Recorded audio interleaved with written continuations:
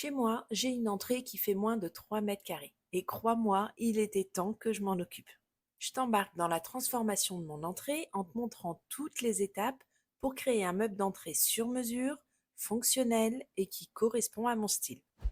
Moi, c'est Lilou, je suis designer d'intérieur et je t'aide à décorer, aménager ou optimiser ton logement pour que tu t'y sentes vraiment bien.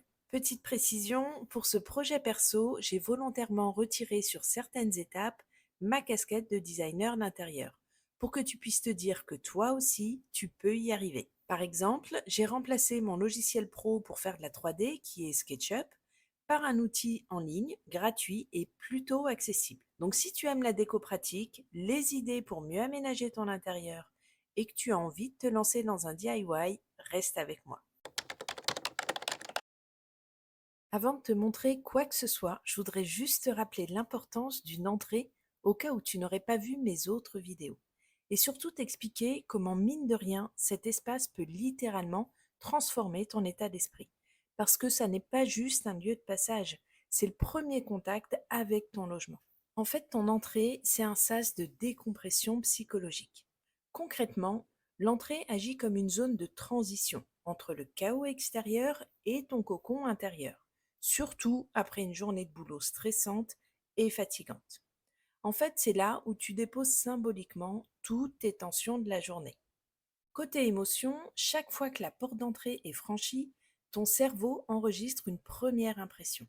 Et cette impression influence directement l'humeur. Une entrée accueillante, ordonnée et esthétique dira bienvenue à la maison, alors qu'un espace négligé fera complètement l'inverse.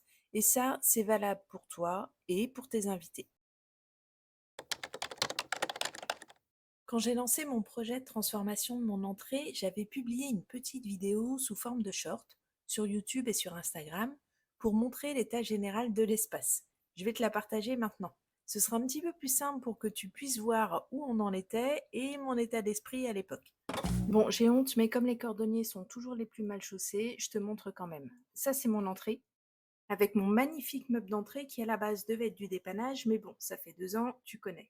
Les patères ont rendu l'âme, j'en ai plus qu'un et demi sur 4 de fonctionnel. Je ne peux plus voir les chaussures qui s'empilent à l'entrée parce que pas assez de place à l'intérieur, ce tabouret qui est bien trop bas, ce tas de vêtements visibles dès qu'on ouvre la porte, ces étagères ouvertes qui ne sont jamais correctement rangées et qui prennent la poussière. Enfin bref, il est temps que je m'y mette. Même si mon entrée est petite, j'ai la chance qu'elle soit bien éclairée. Pour refaire cet espace, je me fixe un budget de 400 € max et je vais partir sur seulement 2 inspirations. Ce système qui permet de cacher des vêtements et cette association de verre et bois foncé que j'aime beaucoup.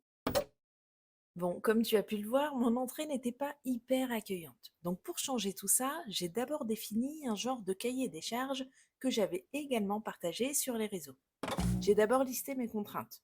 Une entrée un peu petite, une faible profondeur disponible pour le meuble, le tableau de commande de ma pompe à chaleur, donc ça m'empêche d'utiliser toute la largeur du mur, une poutre dans un coin, et mes points positifs, la luminosité, une belle hauteur sous plafond, et mon mari m'a laissé carte blanche. Bon, j'ai envie de te dire, encore heureux.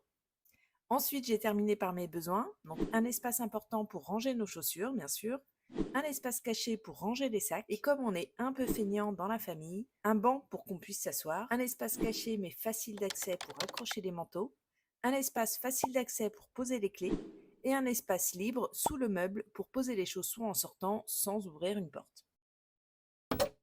Ensuite, je suis passée à la phase de réflexion. Pour ça, j'ai fait des simples croquis, vus de face, sans perspective. Et ça, tout le monde peut le faire. Donc ne va pas me dire en commentaire que tu ne sais pas dessiner. Bon, maintenant, pour les besoins de la vidéo, j'ai reproduit mon croquis sur Canva pour que ce soit un petit peu plus joli déjà, mais surtout pour te montrer deux, trois petites choses. Je t'explique. En largeur disponible, pour mon meuble, j'ai environ 1 mètre. Les 40 centimètres restants, je les réserve pour l'assise. Mon entrée n'étant pas très grande, l'utilisation de toute la hauteur sous plafond est presque une obligation. En termes de rangement, je voulais une partie basse, fermée, avec quelques étagères. Un autre meuble de rangement fermé sur la gauche, une planche de bois qui cacherait les manteaux et les sacs, et une niche pour pouvoir y mettre les clés. Ensuite, pour choisir des caissons avec une dimension adaptée, il a fallu que je fasse un petit peu de calcul. Je te montre. Derrière cette planche de bois, je prévois une barre pour pouvoir accrocher des manteaux sur cintre. Je fais 1,60 m. Donc il ne faut pas que la barre soit fixée à plus de 2 mètres. Sous les manteaux, je prévoyais un espace pour pouvoir y déposer les sacs. Donc entre la barre et le meuble bas, j'ai besoin d'environ 1,20 m. Pour la structure basse, il me reste donc 80 cm, moins les 15 cm pour les pieds. Donc finalement, je dois essayer de trouver un meuble avec une hauteur de 60-65 cm maximum et d'une largeur de 1 mètre. Et pour l'autre côté, j'ai réfléchi exactement de la même manière. Ma hauteur sous plafond fait 2,50 m. Je sais que ma structure basse ne doit pas dépasser 80 cm de haut, donc il me reste 1,70 m moins ma niche d'environ 30 cm. Ça veut dire que je dois trouver un meuble d'1,40 m de haut et de moins de 50 cm de large. Sachant que pour la profondeur de la structure, je ne dois pas dépasser 40-45 cm pour ne pas gêner l'ouverture de la porte. Bon là, en toute honnêteté, je me disais que ça allait être un petit peu compliqué. Je me suis alors lancée dans mes recherches de caissons pour créer mon meuble d'entrée sur mesure avec une condition supplémentaire: les portes doivent être vertes d'origine. Parce que comme c'est un lieu de passage important, je ne voulais pas peindre des portes classiques parce que j'avais trop peur des impacts. J'ai d'abord fait un petit tour sur le site d'IKEA pour vérifier les dimensions max dont j'avais besoin, la couleur, et j'ai vite vu que ça ne correspondait pas. Ensuite, je me suis souvenu que lors de mon dernier shopping chez Leroy Merlin, j'avais vu la mise en scène d'une chambre avec un lipon vert que j'avais beaucoup aimé. Donc je vérifie les dimensions sur le site Leroy Merlin et là, bingo, les caissons Evom correspondaient parfaitement à ce que je voulais. Du coup, j'ai fait ma première liste de caissons en fonction de mes croquis et de mes calculs. Et pour mon meuble haut, je suis finalement partie sur 2 caissons. Ensuite, j'ai pu commencer ma 3D sur le logiciel en ligne Make by Me. C'est un logiciel qui est gratuit et c'est une extension de Home by Me qui est un petit peu plus connue. Sur cette vidéo, je ne vais pas te faire un tuto pour t'expliquer comment utiliser Make by Me ou Home by Me parce que la vidéo serait beaucoup trop longue.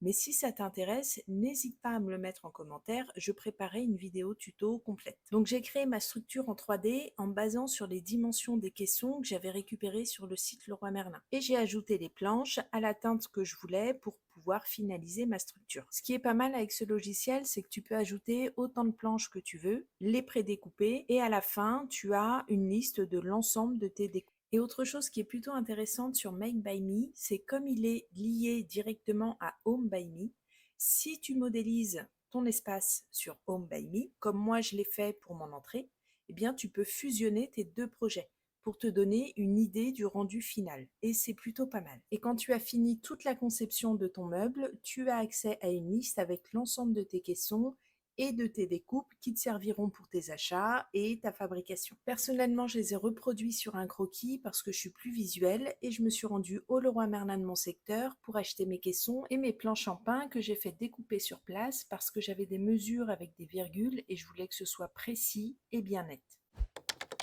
La première étape a été de poncer légèrement mes tablettes dans le sens du bois avec un papier de verre à grains fins d'abord, puis à grains moyens. J'ai nettoyé ma surface avec un chiffon et je me suis lancée dans la teinte du bois. Pour ça, j'ai utilisé du brodenois, c'était le moins cher au litre dans le rayon parce que je te rappelle que j'ai un budget à ne pas dépasser qui est de 400 €. J'ai commencé léger en imbibant une éponge, j'ai fait 2 planches et je me suis rendu compte que la teinte était plutôt claire. Du coup, j'ai pris une chute, j'ai refait une première couche et j'ai utilisé un vernis teinté qui à la base devait être ma finition. Comme la teinte ne correspondait pas à ce que j'imaginais, j'ai tenté une deuxième couche de brodenois, puis une troisième. Là, on commence à se rapprocher un petit peu plus de mon idéal. Du coup, j'ai teinté l'ensemble des planches avec 3 couches. Ensuite, je me suis dit que j'allais tester avec le vernis pour voir au cas où si la teinte allait foncer. Et effectivement, c'était le cas. Mais par contre, c'était exactement la couleur que j'attendais. Donc après avoir teinté l'ensemble de mes planches avec 3 couches de brodenois, je les ai laissées sécher à l'extérieur et à cause du pollen et de la poussière, j'ai passé un coup d'aspirateur. Et j'ai fini mes planches avec 3 couches de vernis au total que j'ai acheté chez Action pour moins de 10 € il me semble. Et je te donnerai le détail des prix à la fin. Ensuite, je me suis attaquée aux pieds que j'ai voulu teinter de la même couleur que les planches. Donc pour ça, j'ai utilisé de l'acétone parce qu'il y avait une couche de vernis. Et un chiffon microfibre, mais ça, c'est pas la meilleure idée de l'année parce que ça accrochait un petit peu la surface et ça m'a fait des petites peluches. Bref, j'ai continué, j'étais dans le déni, donc j'ai commencé ma première couche de brodenois. Et je me suis rendu compte qu'en fait, il restait toujours du vernis. Donc changement de méthode, j'ai pris un chiffon, les pieds, je les ai imbibés d'acétone et je les ai recouverts à peu près 1 heure ou 2 heures. Alors il existe certainement un autre procédé qui est bien meilleur que celui-ci, mais je ne le connais pas. Donc si toi tu as la solution, n'hésite pas à la mettre en commentaire. Après le temps de repos, j'ai repris ma teinte des pieds. J'ai dû faire au total, je pense, 4 ou 5 couches pour avoir la couleur qui se rapprochait le mieux de mes planches. Ensuite, j'ai teinté mes poignées de porte. Alors là, c'était beaucoup plus facile parce qu'elles étaient brutes. La seule difficulté que j'ai eue avec les poignées, c'est que j'avais une mauvaise prise en main.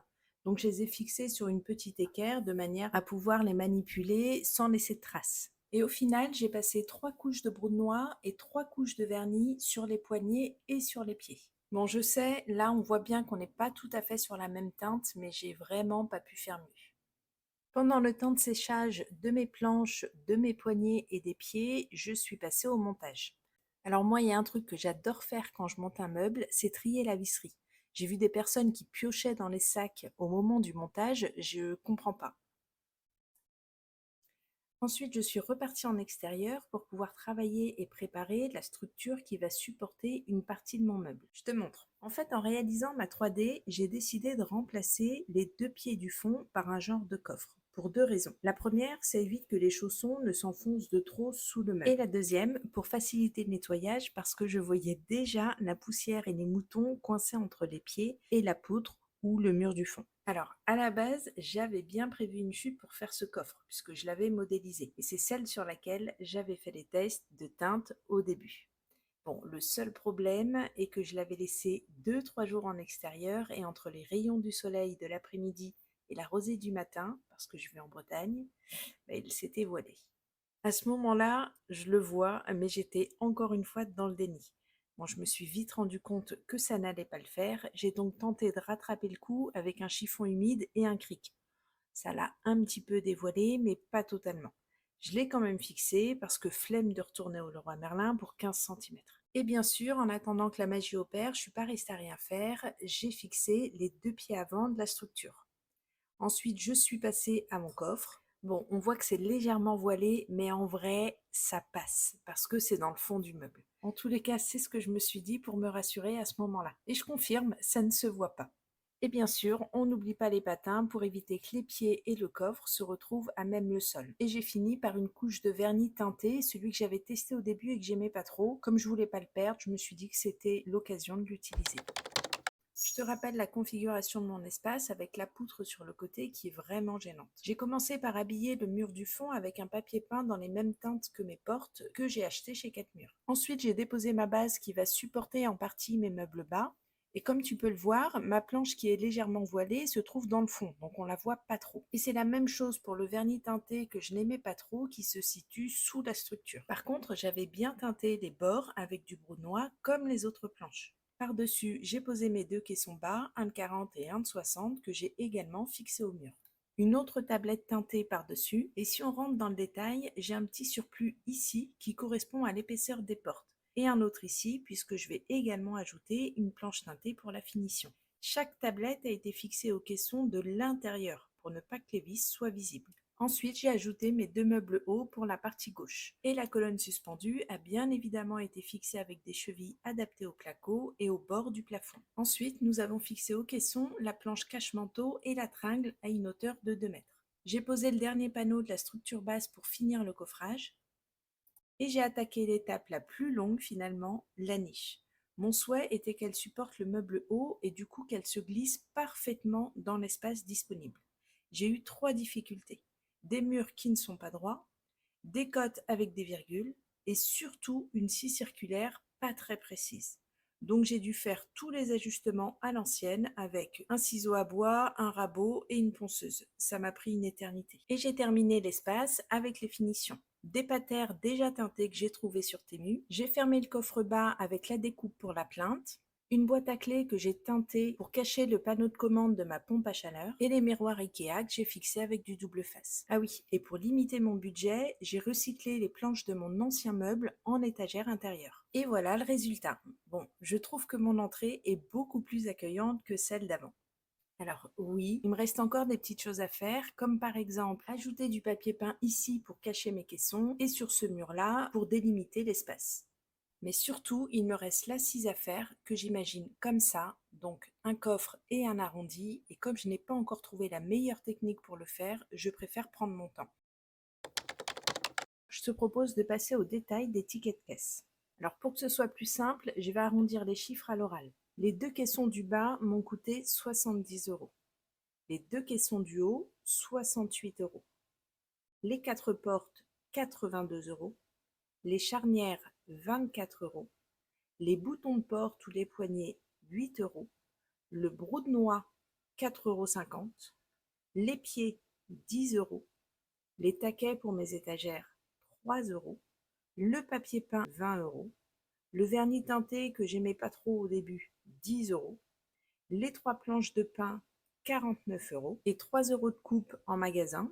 Et le vernis que j'ai acheté chez Action, je retrouve plus le ticket, mais il me semble que c'était moins de 10 euros. Et ensuite, pour tout ce qui est visserie, papier de verre, équerre, je les avais déjà dans mon garage. Mais d'une manière générale, je les achète chez Lidl. C'est beaucoup moins cher que Leroy Merlin, Castorama ou même Brico Dépôt. Ce qui nous fait un total de 393,50 €. On est dans les clous vu que je ne devais pas dépasser 400 euros. Et voilà, j'espère que la transformation de mon entrée t'a inspiré et motivé pour te lancer. Par contre, je te préviens, hein, je ne l'ai pas fait en un week-end. Si tu as aimé ces conseils, bah tu connais, pense à liker la vidéo, à t'abonner et à activer la petite cloche pour les prochains. Et n'hésite pas à me laisser un commentaire, ça me ferait plaisir. En plus, je réponds à tout le monde.